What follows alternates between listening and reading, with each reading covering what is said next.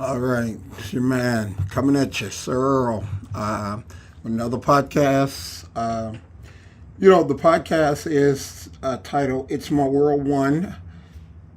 You can find it on any of your platforms that you get podcasts from: Pandora's, Spotify, iTunes, iHeartRadio, any of them, YouTube, any of your favorite podcast platforms. You can find It's My World, IT World, WORLD. It's My World, the number one podcast. So that's the name of it. And what we try to do is just cover all type of topics. We started doing a few things on Facebook, so I accept questions and I do my best to answer them. And if you ask a regular question, you ask some bullshit, I'll answer with some bullshit. I don't think I know pretty many more smart asses than me. So you just try at your own risk. So coming to you again. Today is Saturday, January 16th. I generally try to do my posting on Friday or Saturday. That way, Sunday I handle other things, and you can have it fresh for the week. So, what I wanted to start out doing, I wanted to thank Colorado. I just checked a couple of things, and something. Hey, baby, my baby, Tarita, my oldest daughter, is listening to the podcast. So, how you doing, baby? She's been fighting a few issues, but she's a fighter, so she'll be okay. How you doing, man? I wanted to thank anybody that downloaded the podcast from Colorado. We had a huge spike in downloads from Colorado over the past couple of days. So I just wanted to give a shout out to anybody in Colorado and say thanks. And, if you shoot me an email with your name, address, which episode, what did you like about it, I'll send you out a free gift. So anybody from Colorado, I got you. Send it to me. I got you. What I wanted to discuss today within this podcast is one of the things that I have been noticing. Generations, like I just had a birthday Monday, I turned 56. So generations generally from my age group down, they have a problem with just the idea of striving for greatness or saying they want to be great at something. Now, my mission is not to tell you what you were meant to do. You have to find that out. But do something that you love to do. I've seen too many people go into different arenas strictly focused on the money aspect of it, and that's not going to come. But if you find something that you love, you'll be damn good at it, and the money will follow. So I just notice people, they get mediocre, they accept mediocre, and they're okay with it. What I try to do is I try to wake up every day with a purpose. So my routine in the morning is to strengthen my mind and put it in a positive mode. What's up, Sean? Is to put it in a positive mode and, have an agenda for the day of a positive nature. So I get up, I meditate, I do my praying, I do my posting in the morning, which a lot of people read, which are my social media platforms. So I post on 11 different platforms every day, usually around 4:30, 5 o'clock in the morning. I do my cardio. I get up, I eat breakfast, drink protein shake. A couple hours later, I eat breakfast. So I wake up with a purpose every day. I see so many people, they wake up, and whatever the day brings, they react to it. One of the keys that I found in trying to achieve anything worthwhile is to get ahead of your day. Get up before the pressure of the days get to you.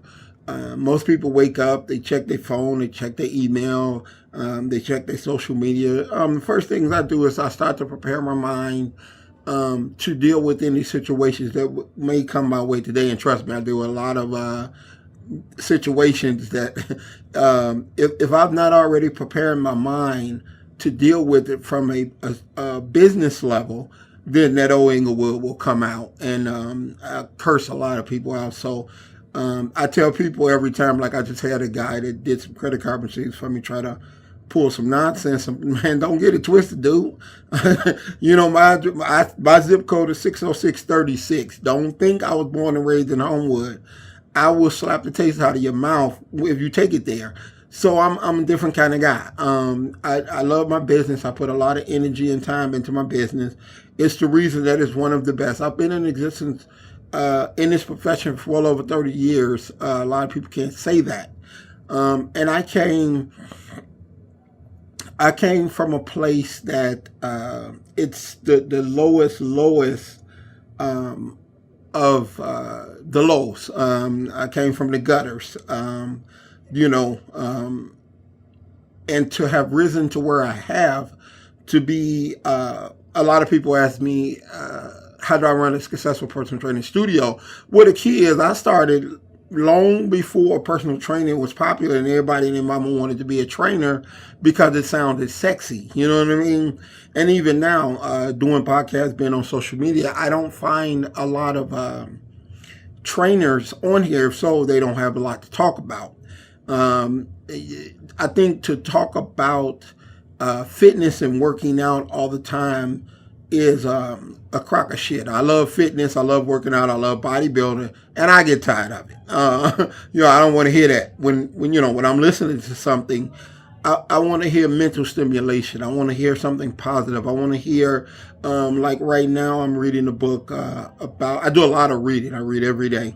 I'm reading a book about Rockefeller, and I think it's truly amazing that you've been dead over 100 years, but yet your worth, a lot of people don't know this, his worth right now of the Rockefeller family is bigger than Bezos or Elon Musk, who's the world's richest man. I mean, the Rockefeller's got a lot of money, and he's been going over 100 years, and that's because he strived to achieve greatness in what he did. And it's what I strive to achieve within this business, within the field that I'm in. I want to be gone for 100 years and still have it remembered as I was the one that changed this whole game and made everybody step up and become better, because right now it's a freaking joke. There's been no other time that we've had a spotlight on fitness. More people want to be fit. More people want to work out. More people want to be healthy. But we got these clowns and these assholes that have no idea. When someone pays you to do a job, you've got to do the best job. A lot of these trainers think they're doing you a damn favor, and it's not. I've not had to go get a job for almost 30 years, which would be the worst thing that I could ever imagine. Other than losing people that I love. I don't ever want to go back to work for anybody. And that's not knocking having a job. I'm not against that. I'm not against jobs. I'm not against school. I'm not against any of that. I advocate for doing what you love to do and be happy doing it. I see a lot of people whose fun is drinking and nothing. And that part I don't agree with, because what we become as people, our kids, they don't follow what we say, they follow what we do. So if you have a nothing life, what do you think your kids are going to grow up and have? They're going to have a nothing life. So what I try to do is set the example that hard work and having a dream and pursuing that dream, that is what makes a better world. A freaking 8th place participation trophy when you took 8th place is not inspiring anybody to be number one. It used to be when I was playing football. Hey, if we were dogging you out, winning by 63 points, chances are we did in the game by 100-some points. We got our foot on your neck, we twisted, you know what I mean, and grind you into the ground. Nowadays, they instill the slaughter rule. You can't score no more points, take your starters out, everybody get a trophy. Now, what are you really teaching them? You're not teaching them to be tough and fight for that top spot. You're teaching them that you're going to benefit with the trophy from this, no matter what you do. So why bust your ass? You can come in this mug and get blown out, and you're still gonna have a trophy for your mantle. I think that those are the wrong lessons at a time when we should be getting stronger as a nation, not weaker as a nation. Like I said before, I think I said it last week. When we look at millennials, when we look at the current age group, let's say 35, 40 and younger, and we say, oh, these millennials, they don't want to work, they ain't got a good work ethic. Remember, you raised them. So, as I said before, they do what they see. They don't do what you say. So, if you strive to not have your kids or young people that look up to you break their back at a job that you hate, you need to pursue your dreams. If it's to do something else, do something else. You never fail at anything if you don't give up. There's lessons, there's setbacks, there's things that challenge you, but challenges are meant to make us better. They're not meant to, break us and put us down. But just like the eighth place participation trophy, you have people that run from challenges. We're grown, and one of the challenges that we have is to live our dream. But yet what we do is we settle for a life that is not what we wanted, and we fool ourselves into believing I do this because I have to provide for my family. The best thing that you can do for your family is to live your dreams so they can live their dreams, so they can start to understand I don't have to settle. So when you go in life and you settle, your kids are going to settle. You know what I mean? And what do you know? We have a life full of people that's settling for mediocre, and that's the country that we live in now. That's the society that we have now. So what I try to do, and I didn't realize that when I started my journey.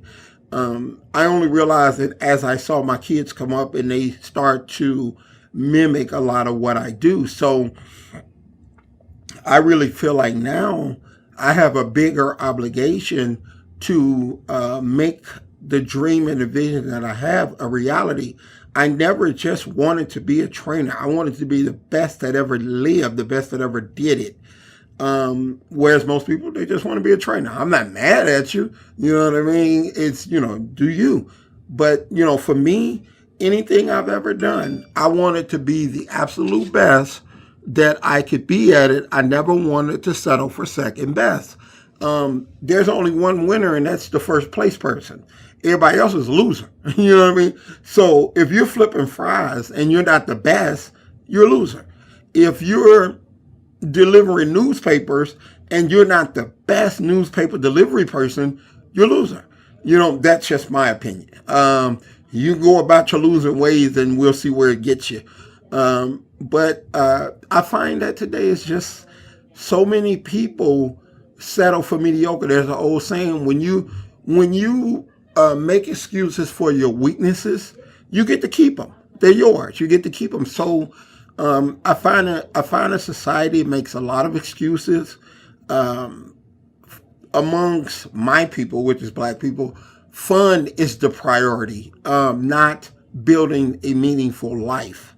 If you have fucked up priorities as a child, you're going to have fucked up priorities as an adult. It doesn't go away. It manifests itself to something bigger and stronger. So learn to have your priorities. Learn to set your goals no matter what they are. And you will start to influence.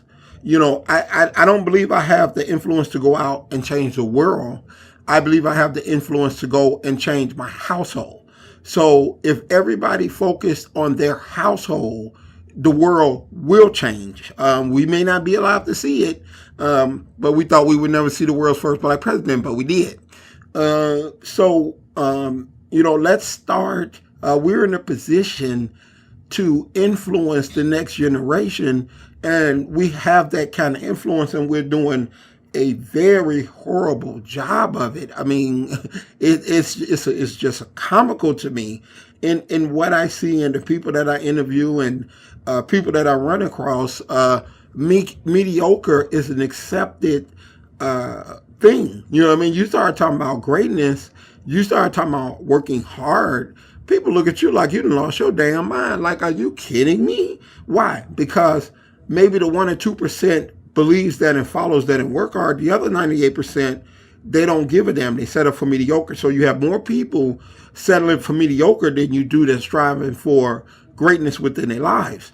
So they have a bigger audience that they have something in common with than the 2% that you represent in trying to be the best that you can be. So until next week, I try to do these every week. So until next week, I'm out of here. And, I just leave you with the words of just start living by example. And, kids, your kids, your younger generation, nieces, nephews, they follow what you do, not what you say.